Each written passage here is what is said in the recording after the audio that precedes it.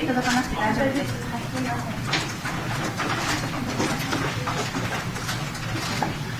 次はさ、人工感と赤色感のあれ見ますか？あ、そう、あ、わかりました。あ、そうですか。あ、ちこさんそこだそうです。後ろだそうです。はい。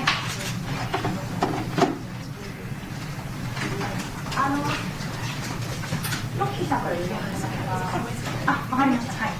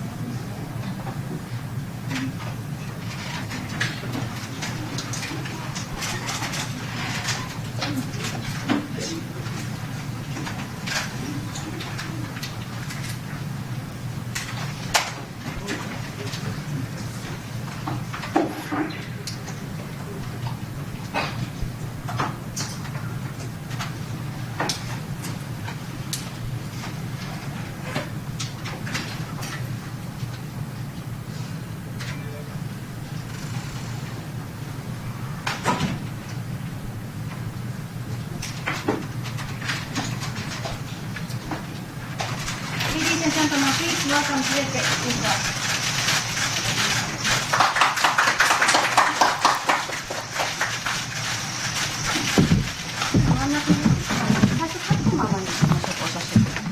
はい。じ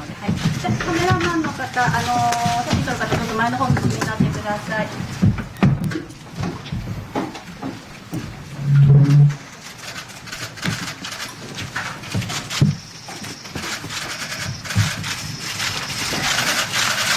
こちらの方よろしいですか。大丈夫です。こちらでお願いします。はい。こちらください。お願いします。こちらお願いします。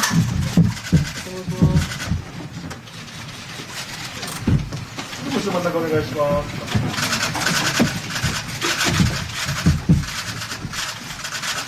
気軽にいただきいいですか。すいません。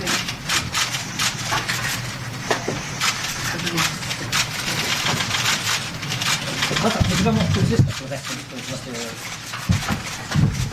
はい。あ、お願いします。こちらお願いします。こちらお願いします。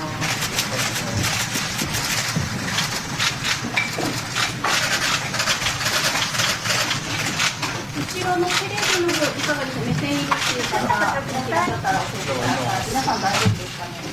こちらお願いします。最後左の最後にお願いします。このままもう始めてしまって大丈夫ですか。大丈夫です。皆さん大丈夫ですね。この方。ありがとうございます。すみません、最後にこちらちょっとお願いできますか。はい、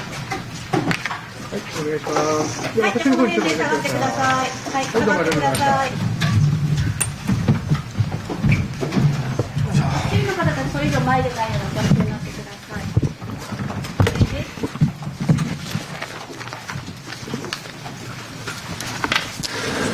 Good morning, everybody. Actually, it's not morning. Sorry, it's afternoon. My mistake. My name is David McNeil. I'm a member of the events committee of this club. Johnny and Associates has definitely won the battle of the weather. Yesterday, they had far better weather for their press conference, so thank you, everybody, for turning up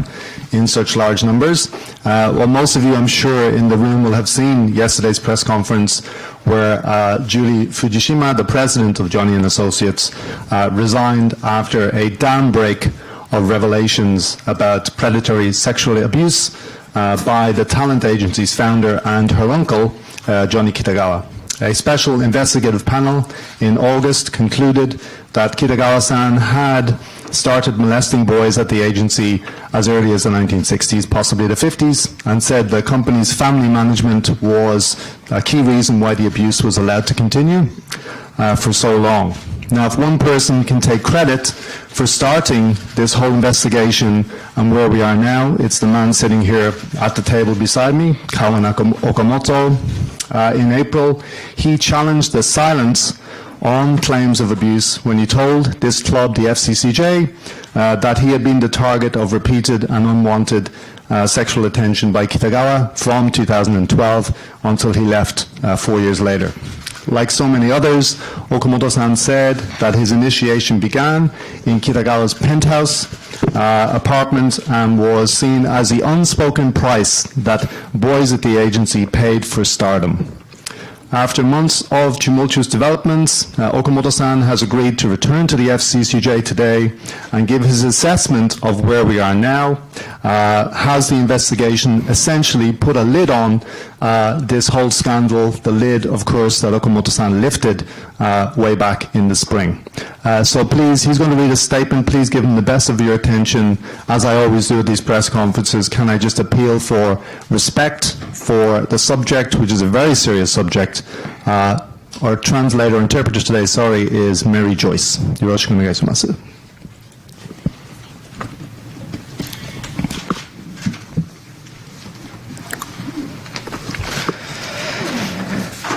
Hello everyone.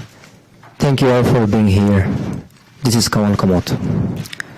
Today I'm here to make a speech in response to yesterday's press conference held by Johnny and Associates. I appreciate your attention on this matter. 皆さん、本日はお忙しい中、集まりいただきましてありがとうございます。昨日、ジャニーズ事務所が会見を行いました。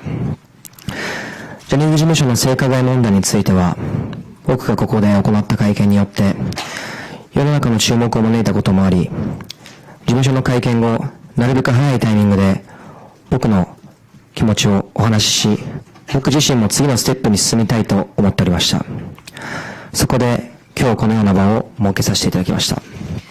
Hello, everybody, and thank you for joining or being here today. Yesterday, Johnny and Associates held a press conference, and regarding the issue of the sexual abuse-related issues of the company, I wanted to give my own press conference as soon as possible after that as well, which is why I'm taking the opportunity to have this press conference today. Further, I wanted to do this also because I myself want to progress to the next step, so this is why I have this opportunity with you.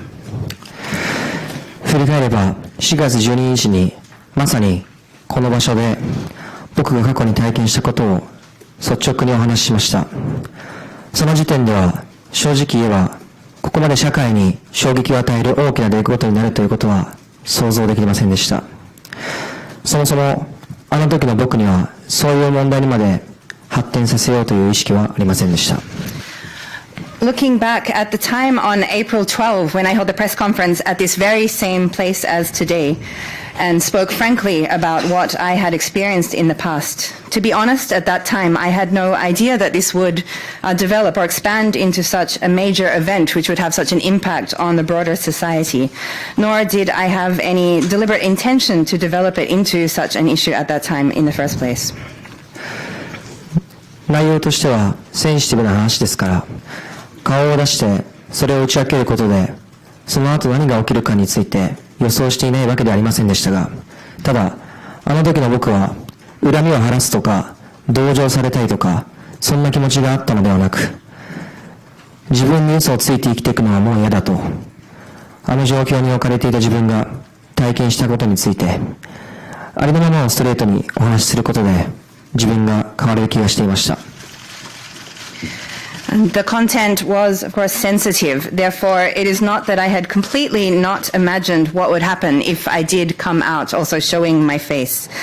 However, it is not that I wanted to share some kind of a grudge or to have pity. Rather, it was just that I felt that coming out and speaking frankly about what had happened to me as I was and in what position I was, it would be an opportunity for me myself to also be able to change. この場でああいった発言をしたことについては売名行為だとか様々な批判も浴びました。こういうことに対して世の中はこういうふうに反応するんだということは実体験として多く学びました。当然傷つくこともありましたし、自分一人ではとても受け止められないと精神的にかなり辛かった時もあります。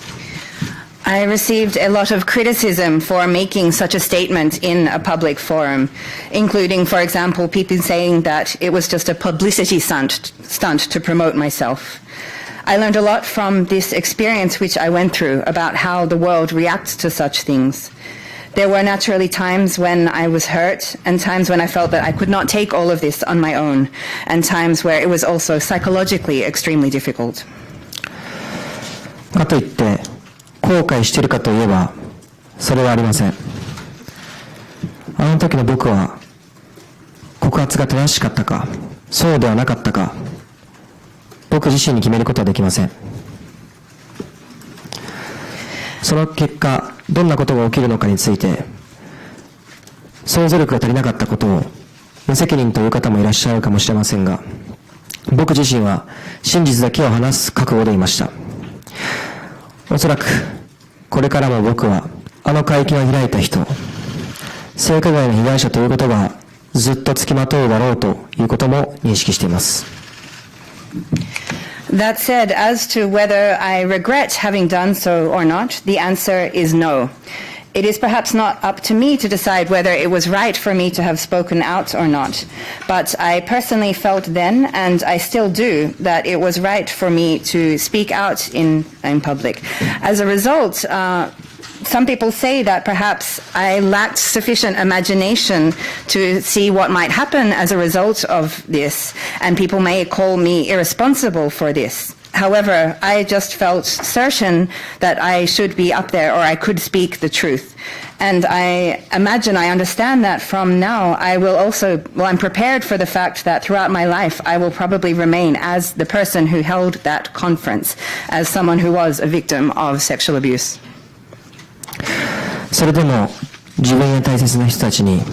嘘をつかずに済むようになったことは僕の人生にとってとても大きな変化となりました。However, within that situation, the fact that I was able to be someone who goes forward speaking no lies to both myself and also to the people who are important to me was something which was a very great change in my life. そして事務所が性加害の事実を認め謝罪をし被害者への賠償を具体的に進めていくことが発表されたことで僕自身心が少し楽になりました。また社長も交代し経営体制も一新されることも発表されました。会社の規則も厳しくして世間の目にさらされていくという中、今ジャニーズ事務所に僕からこれ以上何かを言うことはもうないと思います。しかし僕を含めた被害者の方々の心の傷はそう簡単に言えることではないと心に刻んでいただきたいです。新社長の東山さんもおっしゃっていましたが、一生の命をかけてでも皆さんに向き合っていく覚悟は本当に必要だと思っています。And now that Johnny and Associates, the agency, has recognized the facts, acknowledged the facts of the sexual abuse, made an apology, and has also said that it will proceed to concrete compensation for the victims, this is something which allows me, myself, to feel somewhat at ease. The fact that there has also been a change in the president, and it was also announced that there will be a renewal of the management structure of the agency. The fact that the society's eyes will continue to be strictly on the agency, and as it will also become stricter in regards to its rules or policies, means that for me standing here today, there is not anything further that I myself would have to say to Johnny and Associates. However, I also take very much to heart the fact that it is not an easy thing to fully heal the psychological wounds of those who were victimized, including myself. The new president, Mr. Higashiyama, said himself also, but this is something that he will spend is something that for everybody it will take an entire lifetime to continue to facing up, and I think needs to be prepared for this. 思い返すと4月12日の会見後、短い期間で様々なことがありました。中でも予想もしていなかったこととしてジュリーさんに直接お会いすることができました。お会いした時の状況についてはこれまでの動画などでお話ししていますが、ジュリーさんという方に一人の人間として接することができる貴重な機会でした。そしてお会いして早々僕が苦しい思いをしてきたことについて謝ってもいただきました。僕が経験したこと、それによって苦しんだことについて寄り添ってくれようとする気持ちは感じました。Looking back in the short period of time since the April 12 press conference, many things have happened during this period. One of perhaps the most unexpected within this was the opportunity to meet Julie in person. As to the details of that meeting, this I have discussed in various videos and so on. However, it was a very precious opportunity to get to know Julie as a person. Quite soon after we met, she even apologized to me for the suffering that I had been through. And I felt that I could sense that she was trying in a way to be there for me and to stand by me through what I had experienced and suffered as a result. そしてジュリーさんは僕に今ジャニーズ事務所に所属している全タレントたちが性加害にあったからスターになれたんだと思われることや、本人たちの努力なしで活躍してこられたと思われるのが悲しいとおっしゃってました。僕もそこに関しては同意見でした。タレントたちに罪はないです。僕が見てきたジャニーズのタレントというのはどんな厳しい状況の中でも笑顔でステージに立ち、ファンの皆さんに夢と希望を与える存在でした。At that time, Julie said to me that she would feel extremely sad if all of the talents who are now active and affiliated with Johnny and Associates, if it was thought that they had become stars because of the fact that they had been through this sexual abuse, or that people would think that they were not able to become stars just because of their own efforts there as well. I also feel the same in regards to this. The talents themselves, there is no fault on their side. The talents that I have seen from Johnny's through the years shows that no matter what kind of difficult circumstances they're in, they stand on the stage with a smile and do all they can to be a presence which provides dreams and hopes to all of the fans. そして4月の会見でもお話ししましたが、僕自身はジャニーズ事務所という場についての感謝とエンターテインメントのようにさせてくれたジャニー氏を裏切きれない思いは、世間にグルーミングと言われても今でもあります。自分自身を認めるためにも過去を全否定することはできません。これまでの数ヶ月間で同じような被害に遭われたたくさんの方々が声を上げました。その中には、これまで苦しみを閉じ込めてきたことに対して、償ってほしいという方々がたくさんいます。実際何があって、それでどう苦しんだかは、人の数だけあると思いますし、それに対しての決着のつけ方も、それぞれあると思います。I also spoke about this during the press conference in April as well, but I myself do still have gratitude towards Johnny and Associates, and also to Johnny himself, or in regards to Johnny himself, who was the person who showed me this dream of the world of entertainment. I cannot completely feel hatred towards him either. Even if people say that this is grooming, this is the feeling that I hold with me today as well. In order for me to acknowledge myself as well, then I cannot completely deny the past which I have come through as well. During the past few months, many other people who have been through similar victimization have spoken out. And within them are many people who say that they want or they seek compensation for the pain in which they have been locked. However, of course, what happened and what kind of suffering they experienced, there is as many different ways of suffering as there are people who have been through this as well. And in regards to this, also their way of finding a way to settle the matter will also be different for each of those people.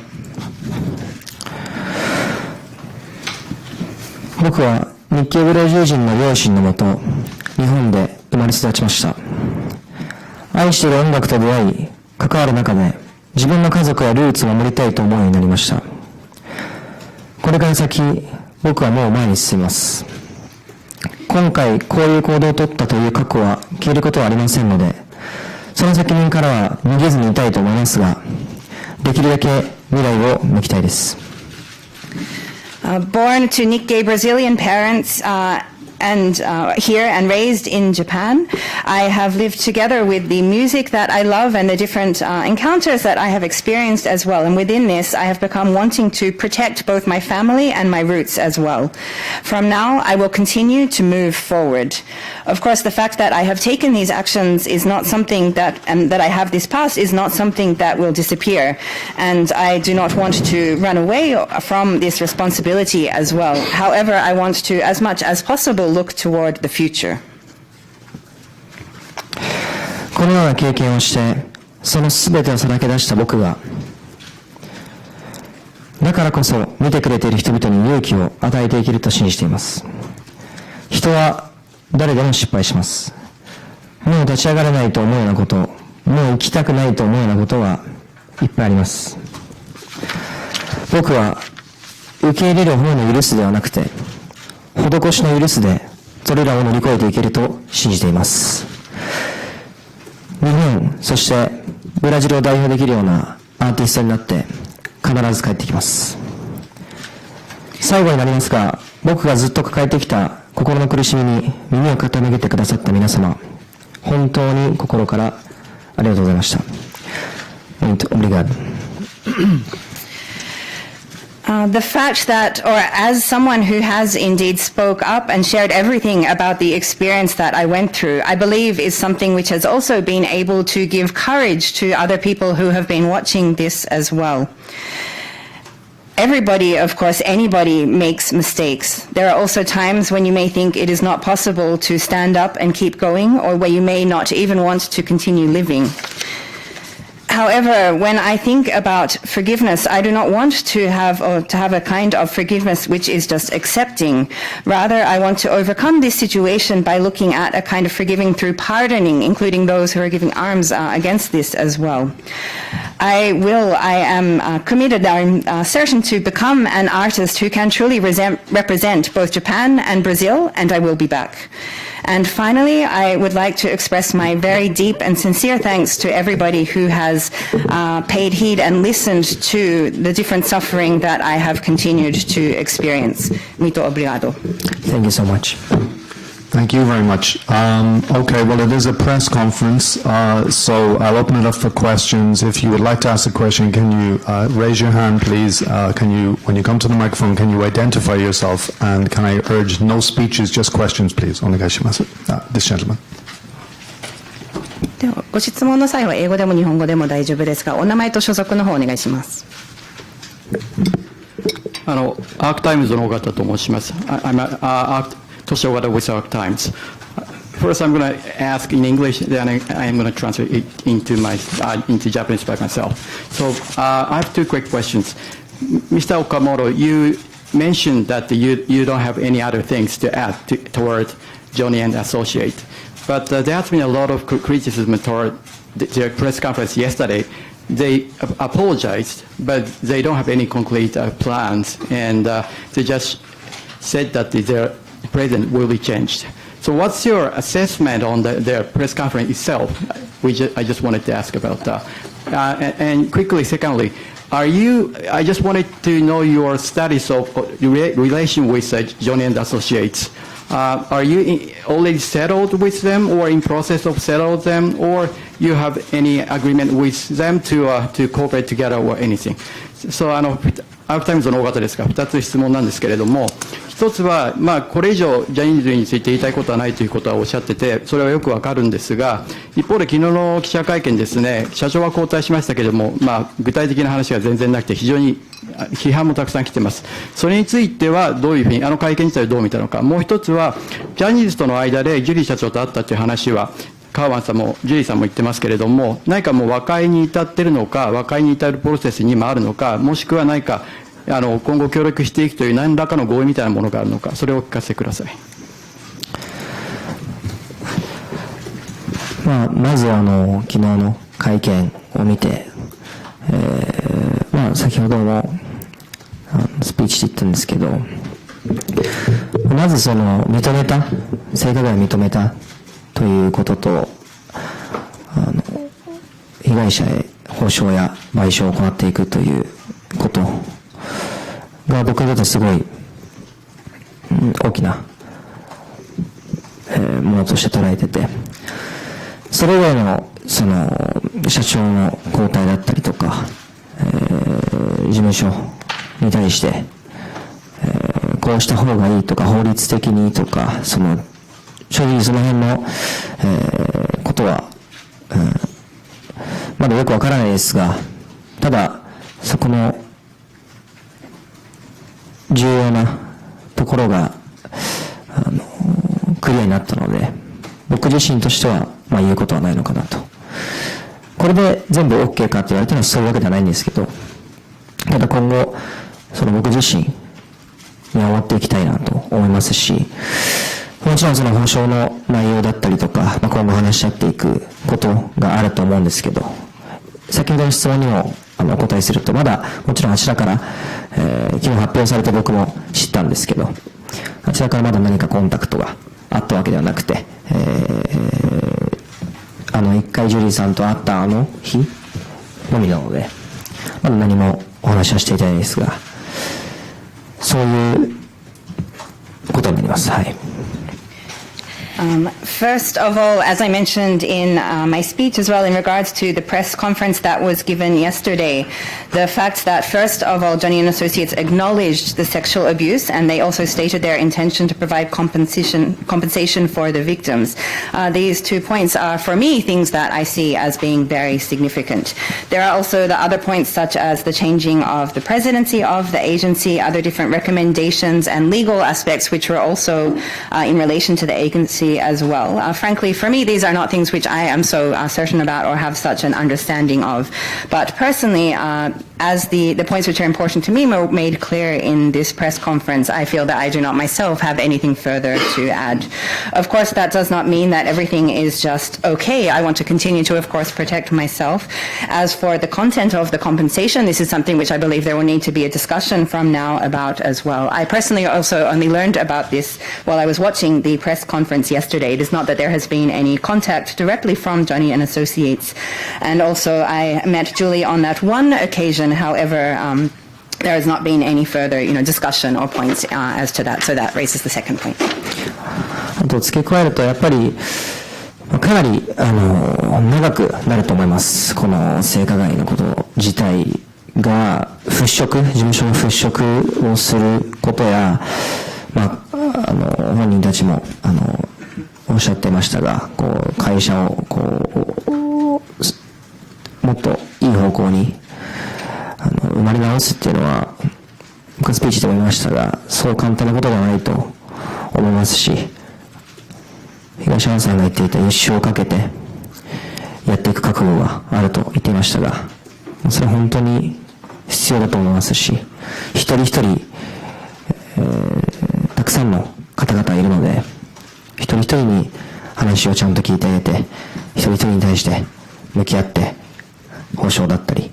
そういうふうに行っていくと言っていましたが、本当にその辺はやっていただきたいですね。はい。And to add on to this, I believe that this process will be something which will continue for a very long time from now as well. When we look at these different misacts of the university and also, the agency, and also the people involved themselves, when we look at the questions, for example, of how the agency can shift so that it is in or working toward a better direction, also how it can even be reborn, as I mentioned before, this is not something which is going to be easy. As the new president said in the press conference yesterday as well, this is something which he is prepared to spend his whole life dealing with, and I believe that this is something necessary. Of course, there are so many different victims who are involved in this, and each and every person ensuring that they will be talked to one by one on an individual basis, that each of their situations will be dealt with and faced up to directly as well, including, of course, the issue of compensation is something that I sincerely hope will happen from now. As I understand it, there's two main points of controversy yesterday. One was that Julie Sam would stay on as representative director, but the main point was that the name of the company remains unchanged. A lot of people found that very hard to accept, that the name would permanently be attached to this person who was serially abusing, sexually abusing boys. Do you think, you mentioned the word reborn, do you think the company can be reborn with that name? 昨日の会見を受けて2つの、今いろいろと議論を及んでいるポイントがあるかと思います。一つはそのジュリーさんは社長としては辞任したんだけれども代表取締役としてはまだその立場を取っているということが一つ。そして名前が変わらないというジャニーズという名前で今後も引き続きいるということで、それをなかなか受け入れることが難しいというような声はあります。そのような声を考えますと、やはりその大きなその性犯罪を起こした人の本人の名前がついている会社が、先ほどの名前の中で生まれ変わるというお言葉があったんですけれども、その名前が残っている状況、状態で生まれ変わることは本当に可能というふうに思いますでしょうか。いや、僕は正直そのジャニーズの名前を使い続けることに関してはびっくりしましたね。僕はほぼなんですかね、100の可能性で変わると思っていた部分があって、もちろん寂しい部分はありますけど、世間の反応も見ていたんですけど、同意見だなと思う部分がすごくあって、ジャニーズ事務所としての功績や夢を与えて人々を笑顔にした功績は消えることはないですが、このような風に全てが出てしまった中で、ジャニーズ事務所としてジャニーズっていう名前を、使い続ける、継続するっていうことは、むしろマイナスなのかなと思いますので、僕も変わった方が心が一変して会社が一変して、やっていけるんじゃないかなと思います。はい。Honestly, for me, I was very surprised that they announced that they will continue to be using the name of Johnny and Associates to continue with Johnny's name from now. I thought that it was almost certain, close to 100%, that they would change the name of the agency. Of course, in a way, it might be sad in a sense, and I think we felt the same when we look at the response of the public and sharing that opinion as well. However, of course, looking at the different achievements over the years, the dreams and the smiles which have been brought to people by Johnny and Associates over the years, that is something which will not disappear. But now that all of the facts is now out in the open, the fact that they will continue to use to maintain the name of Johnny's, I think this will rather have a negative impact on the company, actually. I think that it would indeed be better to change the name, to have also the change in the agency going forward so that it can move into a new era instead. Thank you. The gentleman here in front.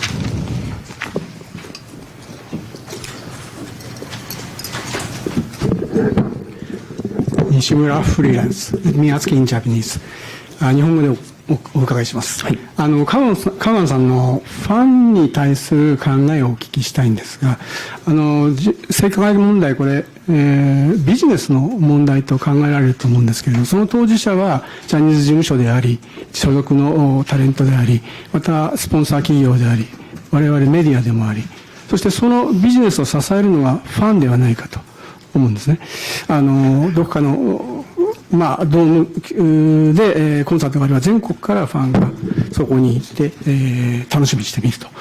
そういう立場から考えてですね、そのファンの方々、今回の問題を見て、今後もジャニーズファンを続けていいのかどうかと考えている人も多いんではないかと思います。カウアンさんは前回の記者会見で、ファンの方に対してこういった事実があることも考えた上でファンとして応援してほしいという考えを言われてましたけれども、この性加害、事務所が認めたという段階でですね、ファンの方々が、応援することが、ジャニーズ事務所を応援することにもなるわけで、今後どうしたらいいかということについて、カウアンさんの考えをお聞きしたいのと、その逆に、事務所は今後ですね、タレントに対しては保証するということですが、ファンに対しては何をすべきだと思いますか？じゃあ英語にします。To translate the question, since Mr. Nishimura freelance, he has a question in regards to Mr. Cullen's thinking regards the fans. Looking at, of course, this is connected to business, and it is the fans who are supporting the business, both of the agency, the sponsor corporations, the media, and so on as well. The fans, of course, looking forward to the concerts and so on. And so looking at looking at what this issue and what has come to light, what the facts are, whether fans can indeed stay fans of Johnny and Associates from now as well. In the previous press conference, Mr. Cowan mentioned that, or his message for the fans was that he hoped that they would stay fans and continue to support, but while recognizing the facts of what happened as well. But now that we are in a situation where this sexual abuse has indeed been acknowledged by the agency, if the fans do continue to support, does that also equal, supporting Johnny, supporting the agency in that way? So what is Mr. Cowan's message, or what is his thinking in regards to how the fans should respond in regards to this? And also to flip the question in the other way as well, to think about the fact that if the agency is providing compensation for the talents who were victimized, what is it that the agency should be doing in regards to the fans?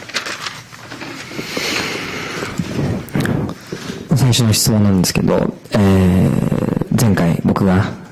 こういった事実を、本当にまだ誰も世間の今の特に世間がまだ誰も知らない時に知っていても信じがたい時にこの事実を知ってた上で、分かった上で、応援してほしいと、ファンの方々にも言いましたが、今、認められて、認められた上で、やっぱり、もちろんいろんなファンの方々のコメントや、もちろん僕に対しての、ファンの方々は僕に対しての誹謗中傷とかもあったりするんですけど、僕はそれにすらやっぱり思いを感じますし、それは守りたいですし、タレント。だから僕に対して、お前がジャニーズ事務所を壊してんだとか、最低だとか、たくさん来ますけど、僕は、そういう人たちに対して何か恨みとかは、ないですし、たまにカチンときますけど、だけど基本的に、どんなことを言われても、やっぱりそれはファンなので、それはどこまでもついていくし、自分の好きなタレントに。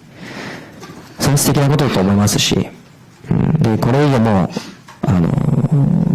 何か証明することとかはないと僕は思うので、これで皆さんがどういうふうに応援していくかどうかは一人一人が決めることですけど、僕は、ジャニーズ事務所に、さっきの2つの質問がつながるんですけど、どうファンに返していくかっていうのは、ファンに何ができるかっていうのは、やっぱり、それこそ、生き残って、エンターテインメントで返していく。ジャニー氏なしのエンターテインメントで返していく。覚悟がないと、ダメだと思いますし、それを僕は望んでますね。はい。In regards to the first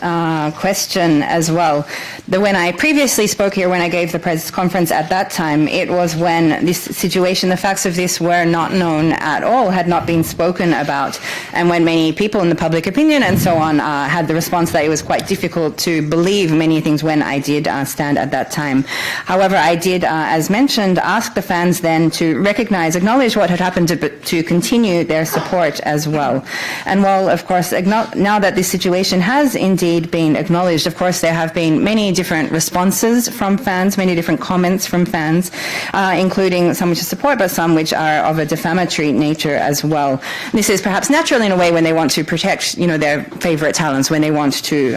stay on their side. For example, receiving comments saying that I am responsible for destroying Johnny and Associates, telling me that I'm the worst, but I do not hold any kind of hatred in regards to these kind of comments. Well, of course, they can sometimes really get to me and feel very annoying in a way.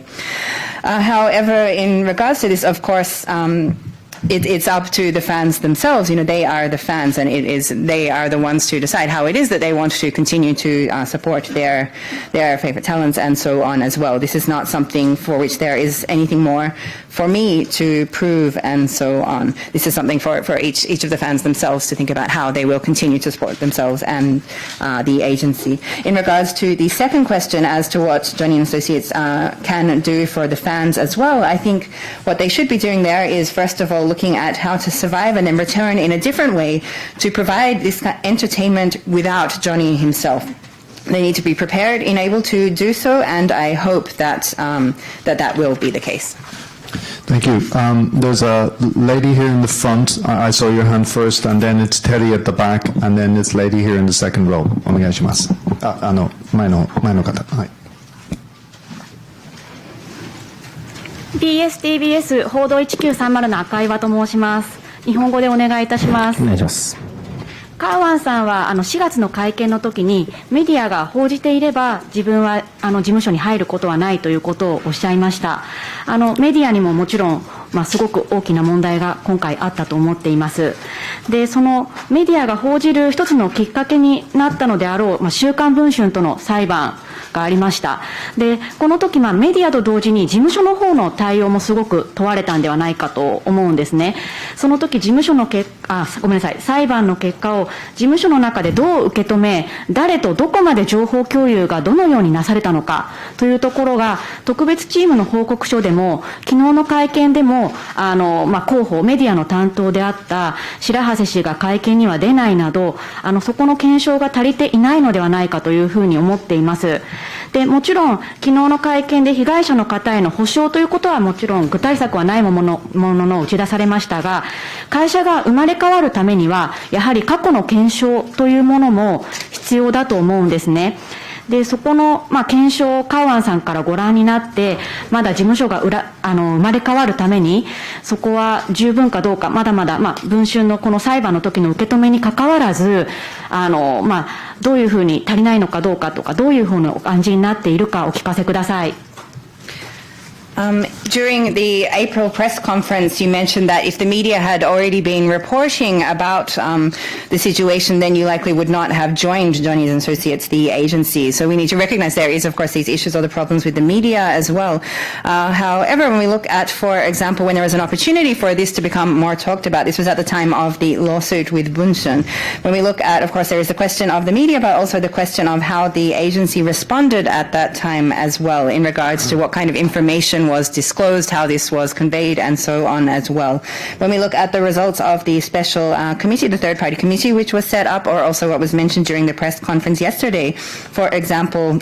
the fact that the person responsible for media within Johnny's, Shirahazu, was not speaking, was not present at the press conference yesterday, seems that we need to, question whether indeed there has been a sufficient investigation of the facts of what had happened in the past as well. The press conference yesterday did mention about compensation to the victims, despite not being necessarily so concrete, but looking at, in order for the agency to truly be reborn, perhaps a full investigation into the facts of what has happened in the past is necessary. So I'd like to ask Mr. Cowan if you think whether this is sufficient, and if not, what is lacking?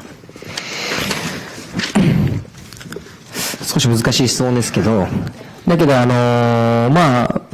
僕なりに思うことなんですけど、今の話を聞いてて、確かにそういう説明ないなとか、過去をね、今後もまた調べていかなきゃいけないなとか、思いますし、僕も先ほどジャニーズ事務所に生き残ってほしい、望んでいるって思う一方で、正直もうまずは最初認める認めないとか、これがどうなるか本当に分からなかった中でここまで認められて、保証していくことだったりとか、社長変わったりとか、行動は出始めた大きな一歩があると思うし、ただ今言ってる細かいことだったりとか、たくさんあると思います。で、それを本当に真摯になって、どんどんもっと真摯になってほどいていかないと多分生き残れないと思いますね、ジャニーズ事務所は。それはもう思いますし、だからこそそういう意味でも応援してますね。ちゃんとそこは全部してっていうじゃないと、数字が通らないでしょっていうところと、隠してもしょうがないことはいっぱいあるので、もうだって認められてしまったことで、今後今からこそもう全部認めていってクリーンにしていかないと。先ほどファンの方々のことも言いましたが、なんでしょうね、全部失っても事務所はファンを失わないので、何度でも立ち上がれるので、そこは怖がらずにやってほしいですね。はい。So that is a little bit of a difficult question, but I'll share some of my thoughts as regards to this. As I was listening to, as you're saying, it made me realize, yes, well, there is indeed not a full explanation about many things, and there is a lot more things, including what happened in the past, which need to be looked into even further.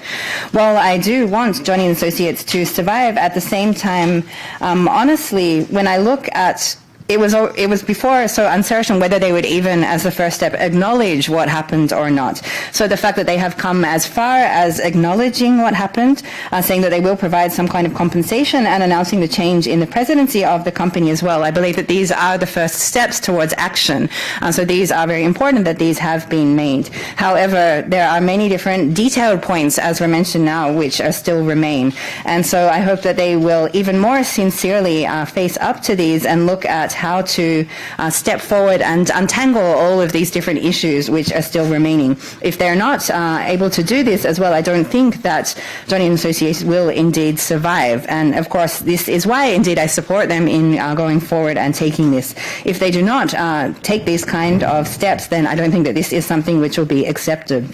the facts cannot just be hidden now that is already been, come to light. Therefore, need to look at how to recognize everything that has happened to date and create a new clean slate. As I was mentioning when I spoke about the fans before as well, even if Johnny as a company loses everything, the fans will still be there. So I do believe that it is possible. Thank you. Teddy, next, please.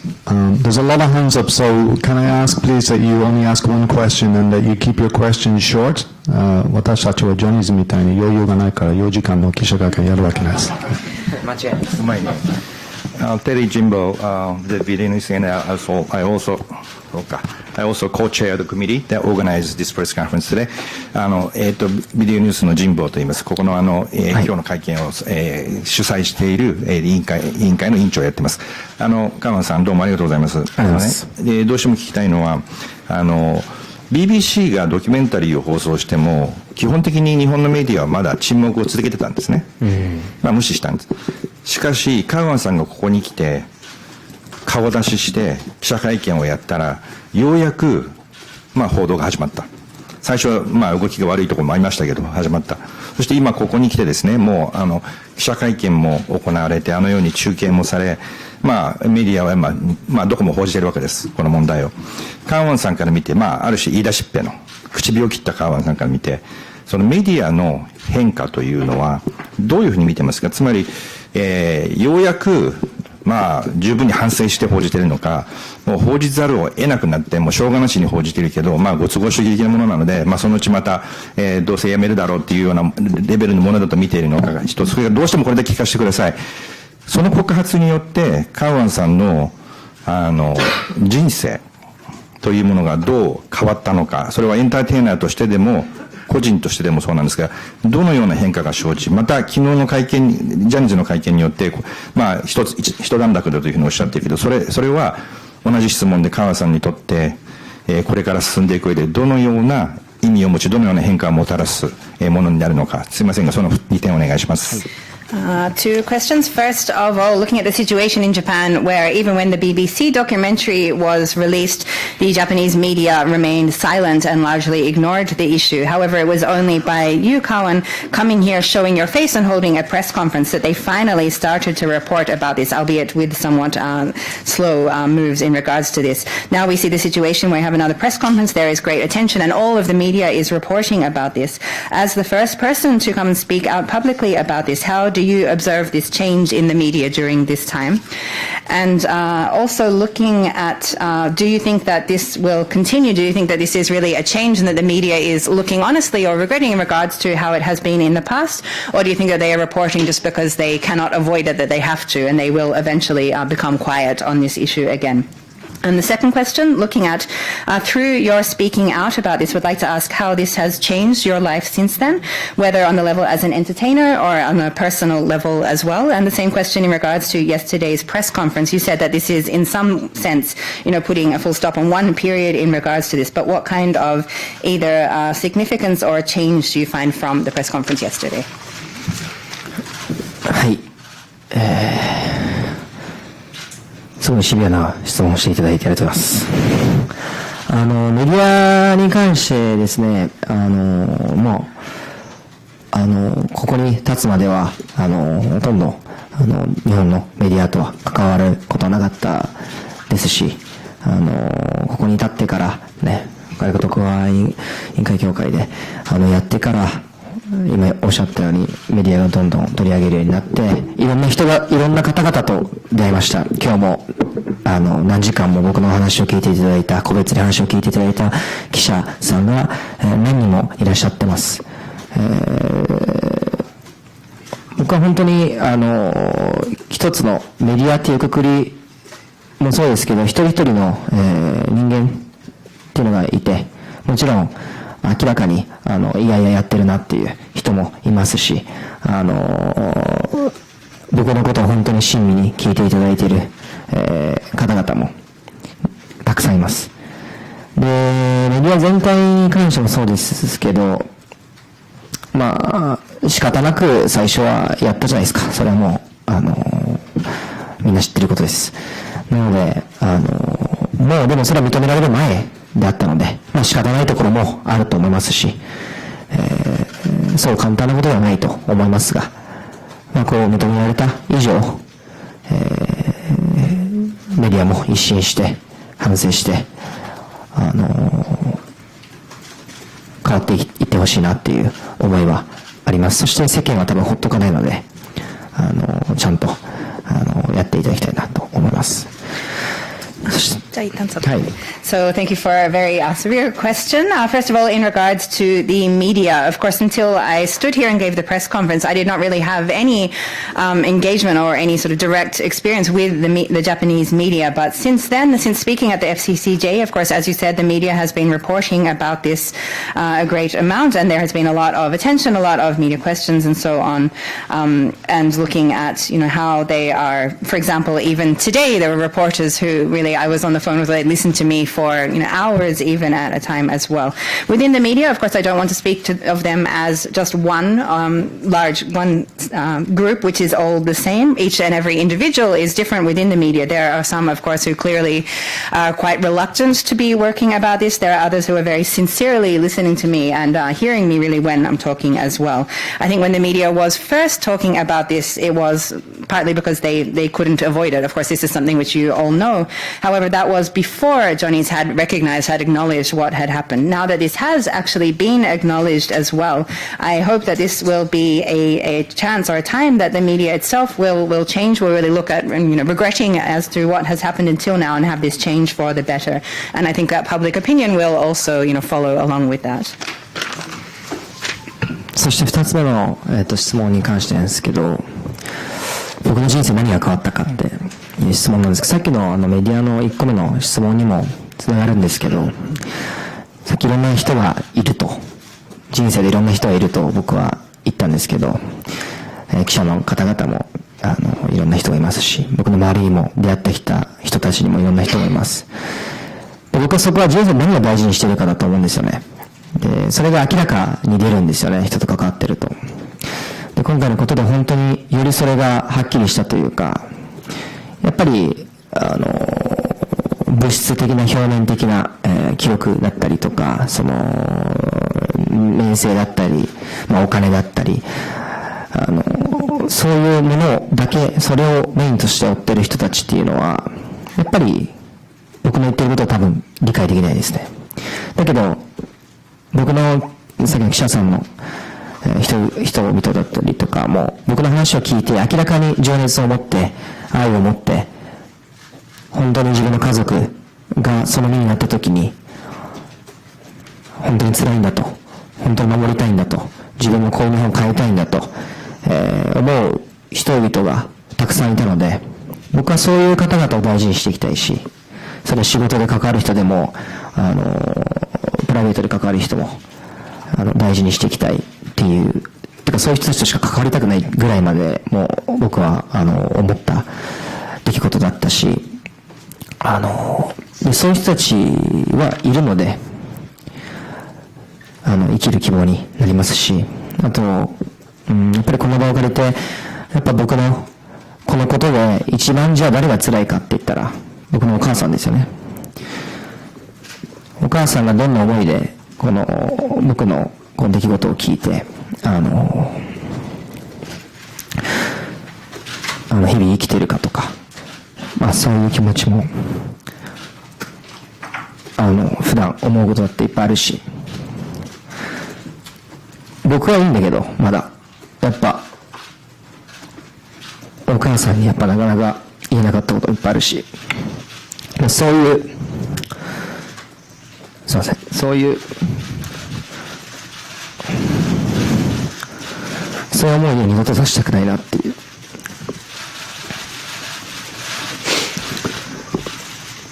で、お母さんもすごいいろいろ誹謗中傷を見たりとか、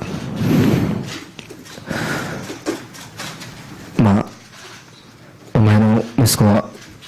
嘘つきだとか、金だけ欲しいだろうとか、売名だろうとか言われて続けて、今でも多分言われてますし、でも応援する人も多いですけど、だから簡単な問題じゃないですね。だから僕は今回も前に進みたいっていうのもそういうことにこれ以上家族とか自分の気持ちを置きたくないし、大きな一歩で認められて、そして僕もこの場を借りていたのはやっぱり取材でも言ってますけど、こういうことが本当にあるんだと。誰が想像して、誰が確信してたか。一番夢を与えたジャニーズ事務所が、裏ではそういうことがあったって、みんなが多分衝撃だったと思うし、15歳の僕も、そう言われた瞬間、もう信じられなかったです。何を信じて、俺はこう夢をかけていけばいいかって、ステージに立てばいいかって、本当に悩んだ時期がたくさんあったし、この会見も最初やるときも、僕を支えてくれた、さっき言った愛なる家族だったり、友達だったり、こういう時に出るんですよね。やっぱ、誰がそばにいるかとか。簡単なので、最初の、今こうやって認められてから、お前すげえじゃんとか、よかったじゃんって、言うのは簡単ですよ。でも最初から誰も信じてない時に誰がそばにいたかって、それが全てなんで。でも僕の人生に学んだことはそれですね。そして僕はもう、さっきエンターテインメントとか自分のキャリアっていう面でも、僕も正直ジャニーズ事務所を辞めて、ずっと日本で活動できなかったです。こんなにはっきり言ったことないですけど、正直もうはっきり最初濁されてたんですけど、はっきり言われたこともいっぱいあります。もうジャニーズコンプライアンスで無理ですとか、それはジャニーズが何か圧力をかけているとは別として、やっぱりそういう日本のミーハーっていうか、なんかすげえからなんか頭下げようぜみたいな、なんとなく自分の上司が好きだから自分も好きでいなきゃいけないとか、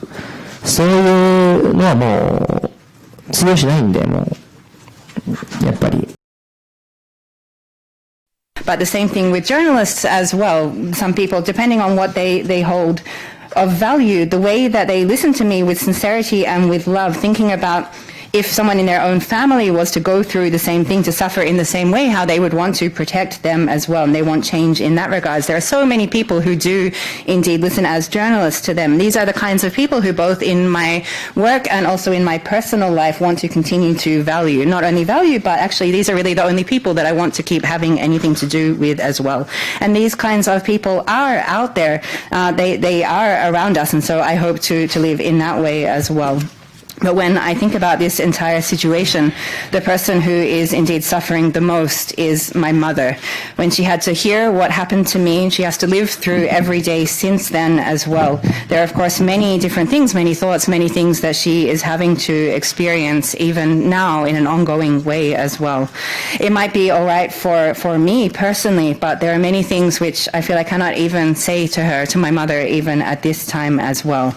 And I just do not want her to ever have to go through such a thing ever again. Of course, there have also been many negative words, comments directed towards my mother, including of a defamatory nature as well, saying your son is a liar, your son is just promoting or trying to sell himself. These are things which are continuing even now as well. But there are also, of course, many supporters too. However, this is not just something which is simple. When I stated that from now I want to go forward as well, this is something also because not just for me personally, but for my family as well. I want them to be able to move forward and not continue this as well. This is something which when I'm standing here, also as I say in interviews as well, when we look at the situation of even when, Johnny and Associates as this agency, this existence which provides the biggest dreams to so many people, the fact that this is what was happening behind the scenes. This is something which even for myself as a 15-year-old at the time when this was happening to me, I couldn't even really believe that this was happening to me. I didn't know who to believe at that time. I didn't know where I should be putting my dreams, what I should be believing or what I should be thinking about when I was standing there on the stage performing as well. However, it is the people who have been supporting me, whether at the time when I gave the previous press conference, both family and also friends. It is these kinds of time when it really comes out clear who it is that is truly standing by you. Of course, now that Johnny's has acknowledged what happened, it might be easy to say, oh, you're amazing, or it's good that now we're moving forward in this way. But who was it who was really standing by even at the time when they were still denying this, when the facts were not acknowledged as well? well. Actually, this is something which I haven't said until now, but after leaving Johnny's and Associates, I couldn't actually, within my career, continue to be active or to perform here in Japan. This is when there are words about, Johnny and Associates compliance, for example. It wasn't necessarily direct pressure from the company as such, but looking at within the situation and really the atmosphere that we have here in Japan in regards to this kind of social pressure when your superiors say certain things, you need to follow them, you think you need to stick within this certain way of doing things. However, that doesn't pass anymore. Today we are in a different period. The times have changed. And when we look at what it is that we hold to value, what we hold important, for me, it is to be able to continue to, convey this through music and to show through my actions as well. So while there may be many different comments which continue as an artist, actually comparing the amount of comments which I received today, it's many more than even at the time when I was active as a Johnny's Junior as well. These are not just things saying, oh, you're so cool, but they're things saying really deep things like you've changed my life or you've really given me courage as well. Therefore, I do not have any regrets, and I want to continue this both as an artist through my songs and through my performance as well. Of course, what has happened is not something which will ever disappear. I will still need to be talking about this, whether it's in, TV programs and the MC and so on, but, that is life. But in order to move forward, in order to be able to love myself and to continue to move people as well, this is how I hope to proceed from now. Thank you, Kawan-san, and thank you, Murray, for that amazing bit of interpreting. Kawan-san, apparently we have permission to extend, is that right? ちょっと延長してもよろしいですかね？いいですか? Okay, well, I noticed some questions over here. Was there a lady over here had a question? You had a question, is that right? Yeah. And I see the gentleman at the back, and I see the lady over there, and I see the lady in the front, and I think that's probably going to be it. So the lady in at the back there, if you don't mind.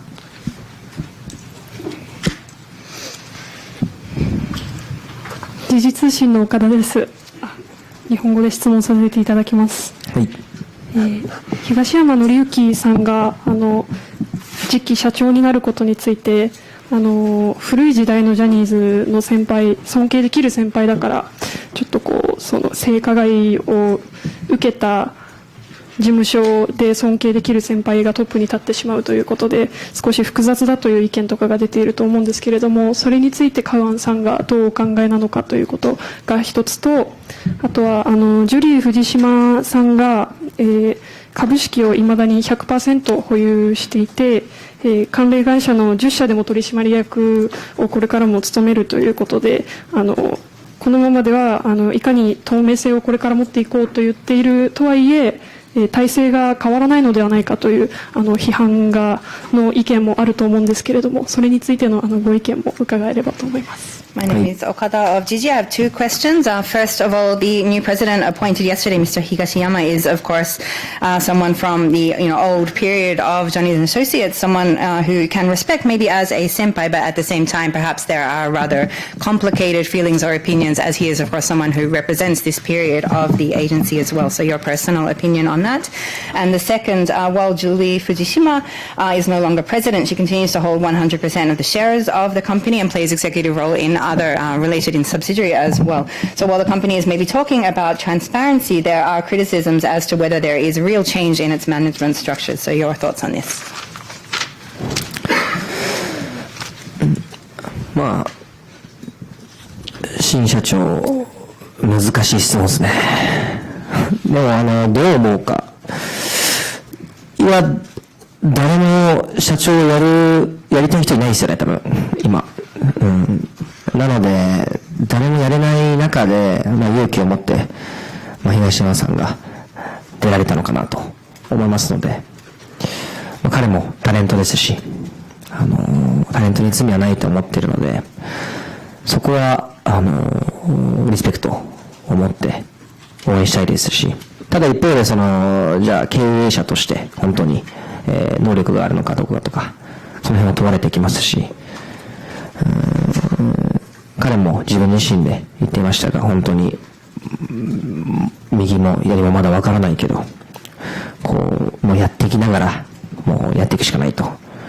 言っていました。苦肉の策ではあると思うんですけど、今後社長ってまた変わったりだとか、会社名変わったりとか、いろんなことは今後も変わっていってもいいと思いますし、それは。そこはもう、最優先はタレントたちだと思うので、今いるタレントたち、事務所からしたら、と被害者の方々だと思うので、誰が社長に立とうと、そこはプライドとか、抜きに、そういう忖度とかも、もう、かかって企業とかもそう、株も含めてですけど、プライドを捨てて、本当に何が一番みんなにとって、いい方向に行くかを考えながら、決めていってほしいですね。はい。So that's rather a difficult question, but what I think in regards to this, of course, in the current situation, there is nobody who would want to become president. So within that, I think that Mr. Higashiyama was indeed brave to, stand up and take on this position. He himself is also a talent, a performer, not to blame in this situation. So in that regards, I also have respect and want to support him for that as well. Of course, his capacity, his skill as a manager is something which is yet to be seen from now, and that is something which he himself said as well. He still has a lot to learn, and he will be doing that as he's going forward as well. But within this extremely difficult situation, I think that was perhaps, a brave decision. When we go forward from here as well, I think that we may see also even further changes in the presidency of the company, maybe a change in the company name. There are many other things which I think could, and it would be good if they do change from now as well. But what should be the priority there is both the talents and also, or the current talents and also the victims, of course, there as well. So no matter who is in the position of president, they really need to be able to, give up, throw away their pride, throw away sontaku, looking at just trying to, make decisions based on what they expect people want them to do, and think about what is indeed best to make a better direction for all as it goes forward. Thank you. I saw the gentleman's hand here at the back, and I saw this lady's hand here. And Kanako-san, you have a question? Are you both the same, or no? Okay. Well, let's see if we can just have this gentleman first, and then we'll have to make a decision on time, I think.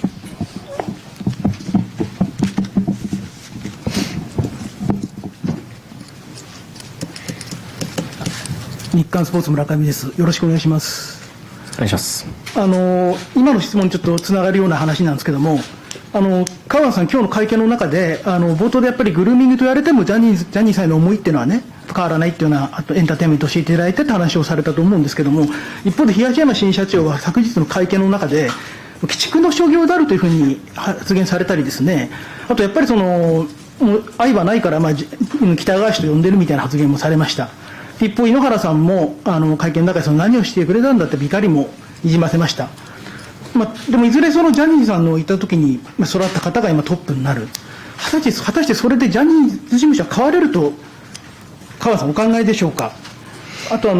風通しも良くないとかそういう発言も、それが一つ問題だったということが主張されてるんですけども、川原さん自体いらっしゃったときはそういうものを感じたり、先輩たちにものを言えなかったのか、こともですね。あとやっぱりジャニーさんへの思い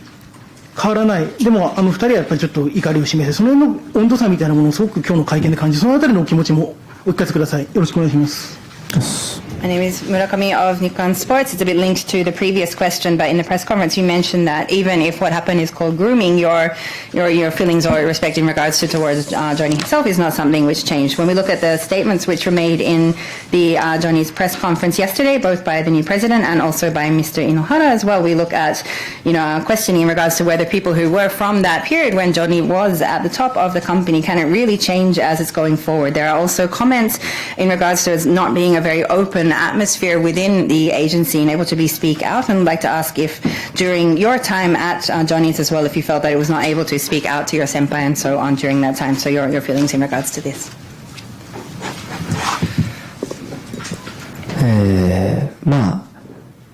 まず最初の質問で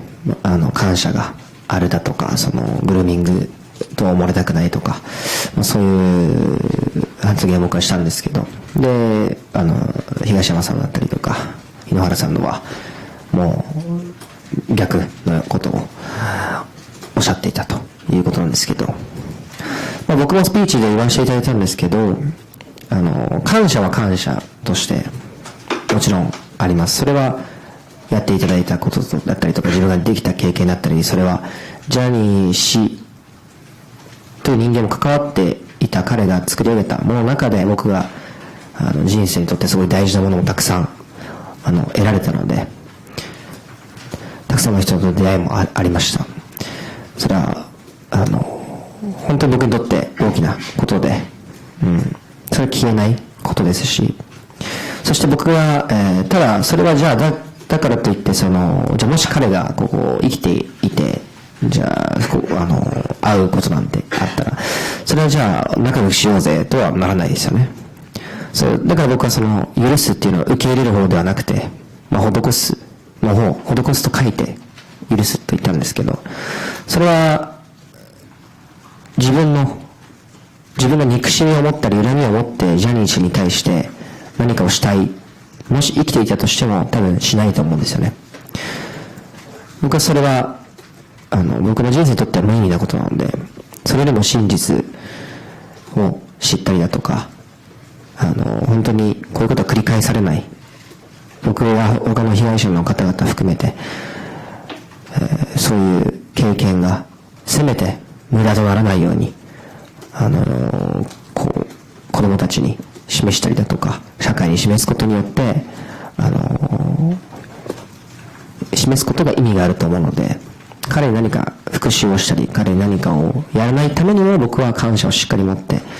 そして施すで許すところを許して進みたいと思うっていう意味で僕は言ってます。はい。And so as to the first question, as to, well, still having some kind of gratitude or not wanting to be thought of what happened as grooming, and looking at perhaps how the statements that I've been saying are somewhat in opposition to what Mr. Higashiyama or Inohara said at the press conference yesterday. As I said, I do still hold a kind of gratitude, including towards Johnny himself as well, because the experience which I had through the company, through the world that he built up, is something which gave me many precious things in my life from there as well, including people. So therefore, these are things which have had a great impact on me, which are not going to disappear as well. So in that sense, indeed, I do still have this gratitude. However, as to if he was still alive today, and if I were to meet him, would I want to get along with him? No, that's not the case. When I said before that when I look at the kind of forgiveness which I am seeking, this is not forgiveness of just accepting what happened, but looking at how to have a kind of pardoning through this. This is the kind of thing I was referring to. Whether I myself, even if he were still alive, would have a kind of hatred towards Johnny himself or want him to do something for me, that is not necessarily the case, because I don't think that would have any kind of meaning for me as well. Rather than that, looking at how to ensure that the truth is out and how to ensure that this kind of things are prevented from happening again, both for me and for the other victims as well, to ensure that what we went through does not go to waste, and ensure that how we can show this to the children and to the broader society as well. So therefore, in that sense, do I harbor any kind of feelings of revenge and so on towards Johnny? That is not the case. I do still harbor this kind of gratitude, but I'm looking at how I can indeed find some kind of way to pardon and move forward. 2つ目の質問がありましたね。風通しの話ですよね。あと今いるメンバー方々、タレントとしてジャニーズで育った人たちが、本当に変われるのかどうか事務所ってことですよね。僕の時、結構取材でもちょくちょく言ってるんですけど、本当に、2012年とか、なので僕が入ったの、12年前とかなんですけど、僕はこの問題でジャニーズ事務所が性加害だけじゃなくて、今後仕組みだったりとか、ジャニーズジュニアの育て方だったりとか、契約の仕方だったりとか、親御さんとちゃんと会ったりとか、僕の時は本当に契約もしたことなかったので、よく有名な話じゃないですか。ジャニーさんに呼ばれてて、いきなり気づいたらデビューの時にデビューしてるみたいな、デビューする時に初めて契約するって本当にそうで、ずっとなくて、ライブごとにライブの契約書とかはあったんですけど、同意書とかで、お母さんも会ったことないんで、誰とも事務所の人と誰とも会ったことなかったんで、それ結構そういう人多かったとこだったりとか、本当に話しがいなところもあったので、本当に先輩から学ぶとか、先輩が絶対とかっていう部分があったので、結構僕自身本当に大変な思いはしたんですけど、衣装が消えたりとか、いろんなことがあったんですけど、靴がなくなったりとか。それによって出とちったら、振付師にめちゃ怒られるとか、で、蹴られるとか、いろいろあったんですけど、そういう体制とか、そういう、いじめや暴力だったりとか、そういう体制とか、本当にいろいろ特殊すぎて、いろいろあったので、そういうもんかなと思ってたんですけど、今ではそのジャニーさんが亡くなる前から、まだ生きていた時にも結構契約ができたり、契約するようになったりとか、その振付師が変わったりとか、いろいろと変えてたらしいんですけど、僕が辞めてからも。なので、風通しがいいかって言うとめちゃくちゃ悪いと思います。はい。なので、それは、変わってたらすごくいいのかなと思いますし、今後もっともっと、井ノ原さんも、おっしゃってましたけど、今の子供たちの顔を見て、見ると圧力かけないようにとか、彼らの、本当に実力が見えるような体制を作っていきたいとおっしゃってましたが、本当にそうなってほしいと思います。はい。And as for the second question about the atmosphere, whether it was an open enough atmosphere that could speak about things at the agency, well, during my period at Johnny & Associates, as I mentioned, I entered in 2012, so this is close to 12 years ago. This is an issue not only about the sexual abuse, but also about the very structures itself, about how the juniors were raised or trained, about what kind of contracts were or weren't in place, about whether they met with parents and so on or not. For me, for example, I didn't have any kind of contract actually before I debuted. This is something which people often talk about as the dream. You get a call from Johnny, you go up, and then all of a sudden you notice that one day you've already made your debut, and this is when you get the contract. This was the situation which I had as well. Of course, for each live performance, there was a particular, form of consent or some kind of document similar to this. But as to whether, for example, my mother had met the agency or whether they'd visited and so on, that didn't happen at all. And I think that was the same for most people as well. So this created the kind of situation where you have to, learn from your senpai, learn from the older talents, and their words are everything. That goes for everything, which led to a lot of things where I did very much suffer as well. There were times when, maybe my clothes or shoes disappeared all of a sudden one day, times when you would be, kicked by the choreographer, these kind of structures which were in place, including also bullying and violence, was something which was too much of a peculiar or a very particular situation that at the time I thought, well, that's just how it is. That's what the situation was. During the period just before, or the period shortly before Johnny passed away. This was one, there did start to be certain changes where contracts were being put in place. There was a change in choreographer, the personnel there as well, for example, and things did start to see some kind of improvements. But as to what the situation was like when I was there in regards to that, it was really terrible, that atmosphere. And so the fact that that was starting to change is something which I think is very good. And as Mr. Inohara mentioned as well, and what I hope from now as well, when he looks at, the faces of the children, thinking about how to make sure not to pressure them, how to look at how to fulfill their potential in a more positive way. I hope that that is the direction that they will go from here. Thank you. And this will be the last question. The lady who's been waiting for a long time. Yeah, if you can make it one question. 一つの質問しか。いや、一つお願いします。本当に時間厳しいからお願いします。共同通信の前山です。今日はありがとうございます。はい。お伺いしたいのが、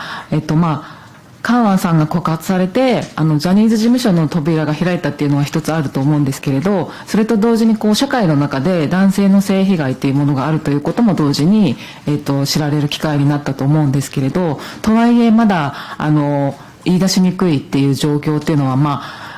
変わらないところもあるのかなと思うんですが、その点について何かお考えとか見解があれば教えてください。My name is Mayama of Kyoto. You mentioned that when you spoke out about what happened to you, that did in a way open the door to Johnny & Associates. But at the same time, I think it also had an impact looking at how society sees the issue of sexual abuse against men as well. Of course, I think we still have a situation here where it is very difficult for people to speak out about this, but I wonder if you have a comment on this issue.、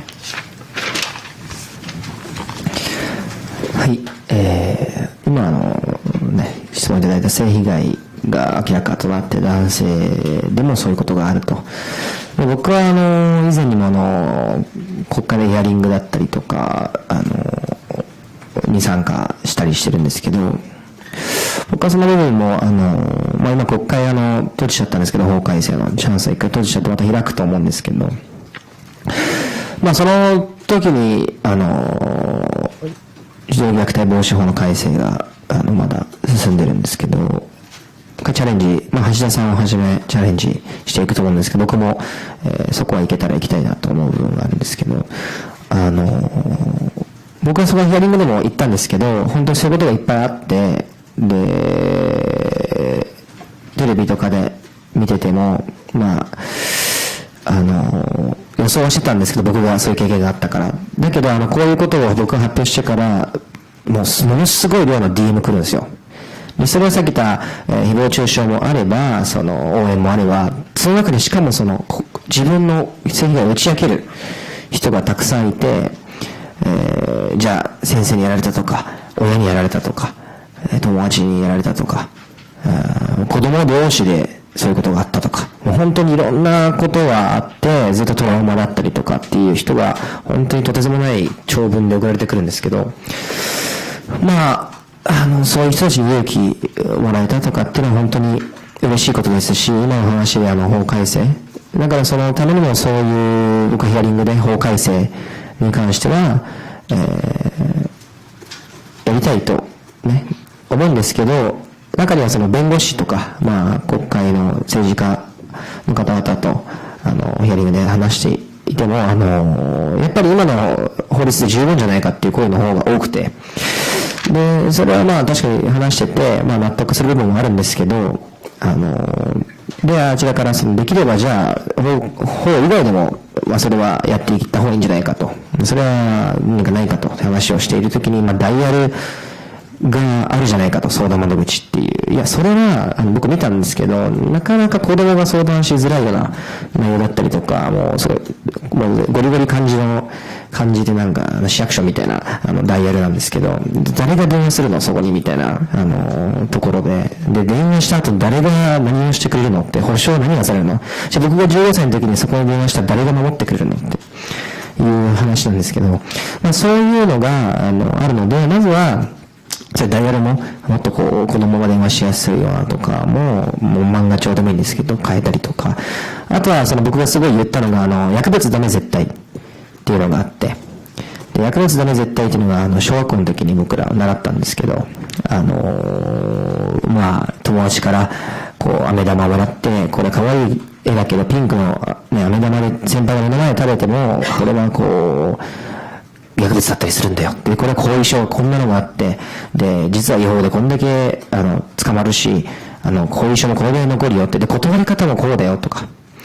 ていうのが、で、相談はここだよみたいな、っていうのがもう、キャラクターがいて、漫画帳で説明していたので、僕はそれを思い出して、ヒアリングの時に、その場で、性加害ダメ絶対をじゃあ作ったらいいじゃないですか、みたいな。でそれは子供に教育していくってことですよね。結局、子供が自分の身を自分で守らないと、僕はその薬物のことがあったので、本当にその時見て、いや、それは騙されるわ、みたいな。先輩に渡されたら食べちゃうよねっていうところがあって、それは性加害も、アメリカの方では、実は、教えてるところもあって、ここを、じゃあ触ったらレッドゾーンだよ、みたいな場所があったりするんですよね。で、これもわからないじゃないですか。僕も15歳ですら、びっくりした衝撃的だったんですけど、それを子供がもっと小学生の時とかで大人にされても分からない。で、大人になってあれは違う。あれは恥ずかしい。あれはもうトラウマなんだっていう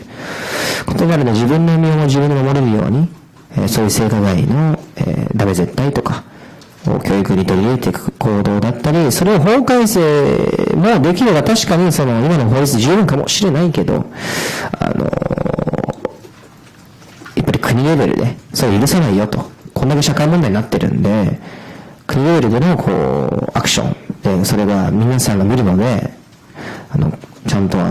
それを注目されて、広告じゃないですか、ちゃんと仕組みとしてやりますよっていうモデルになるので、それは大事なことなんじゃないかと、両方やることに意味があるんじゃないかっていうことを、言わせていただいたので、はい、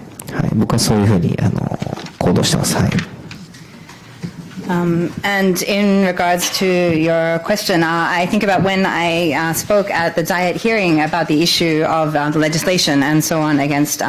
abuse against children as well. And I think at the time, well, now when there is a discussion or a chance at the Diet, there is a chance for people to hear from those concerned who are impacted by this as well. When I see people like Mr. Hashida, for example, speaking up, I hope to encourage and I hope these voices of victims to stand out and share this kind of impact, and I hope to be able to contribute this as well. But at the same time, I would say when, for example, looking at this situation and the many cases which occur of this, whether you're watching TV or one thing which has happened since I spoke out and announced what happened, I'm receiving so many direct messages on social media. Of course, within those, there are some which are defamatory, there are some which are messages of support, but there is also a huge number of people coming out and saying that they have been through similar things themselves,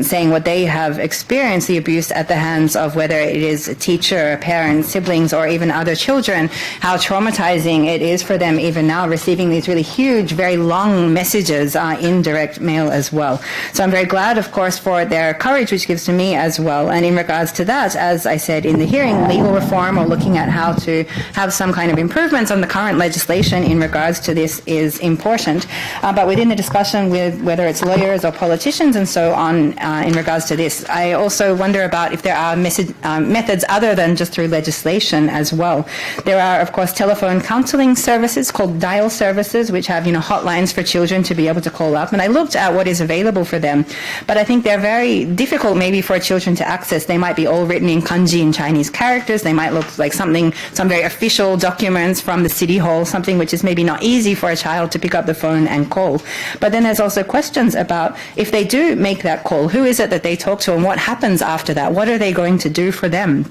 If I had made that call myself as a 15-year-old, would something have been done for me? How would I have been helped or protected? So I think one aspect is making these kind of telephone services easier and more accessible for children to use, whether it's making them in manga, for example. And when I was speaking at the hearing, what I was reminded of is the No Drugs campaign, which I saw and which was part of our official education within the schooling here in Japan as well. This is when it had these characters who were showing you're being given, a pink candy from one of your senpai, and they're fooling you into taking this, but what kind of long-term impacts that have, what kind of criminal, circumstances or, implications that might have. And this was all being done using, characters or manga, which is something which really stays with children. You can remember that in a sense as well, which makes you think what kind of, campaigns, for example, could we have for children to learn how to protect themselves? I understand that in parts of the United States, there is, for example, education or teaching about children saying, this part of your body is the red zone. This is not where other people should be touching, and this kind of thing as well. But I think for many children, they are not aware of this. For me, myself, even at 15, it was something which was so, shocking and difficult for me at the time. So when I think about if it was a elementary school age student, and if an adult is doing something like this, of course, you don't know what's happening, or you believe what they're telling you, and so on as well. So I think some kind of education for children to be able to learn how to protect themselves, as is done in the anti-drugs campaign, is something. Of course, legal reform is one point, but I think that should be done together in parallel with this kind of national level public or education campaign, as it has become such a social issue now as well, to ensure that it is not permitted and that this is understood or educated. I think these two together will have meaning. Thank you. We're finished, but Kawan-san wants to make a final statement. Is that right? 最後の言葉。皆さん、今日は本日集まりいただき本当にありがとうございました。最後に一言だけ言いたいんですけど、どうかね、皆さんも、人生本当にいろんなことがあるので、一人で抱え込まないで、自分に嘘をつかないで、大切にしてくれる人たちや愛してくれる人たちと一緒にそういう場所に身を置いてほしいなと思います。愛が全てなので、Love is everything なので、どうかお願いします。Thank you, everyone, for coming today, and some final words that I would like to share. Of course, throughout your life, many things will happen. You will experience many different things, but I would really like to appeal to everybody, not just to hold this within yourself, not to try and lie to yourself, but to find the people who value you, find the people who love you, and find a place that you can be together with them. Love is everything. Well, what a nice way to end. Thank you so much again for coming to the FCCJ with a statement which was erudite and moving and honest, and then again, responding so well to questions which are very difficult to deal with. So I think everybody in the room admires Okamoto-san for what he did, coming forward like he did. I think it makes him not just a remarkable figure, but a historical figure. I think he's a historical figure at this point because of his role in lifting the lid on this scandal. Do show your appreciation, please. Thank you very much.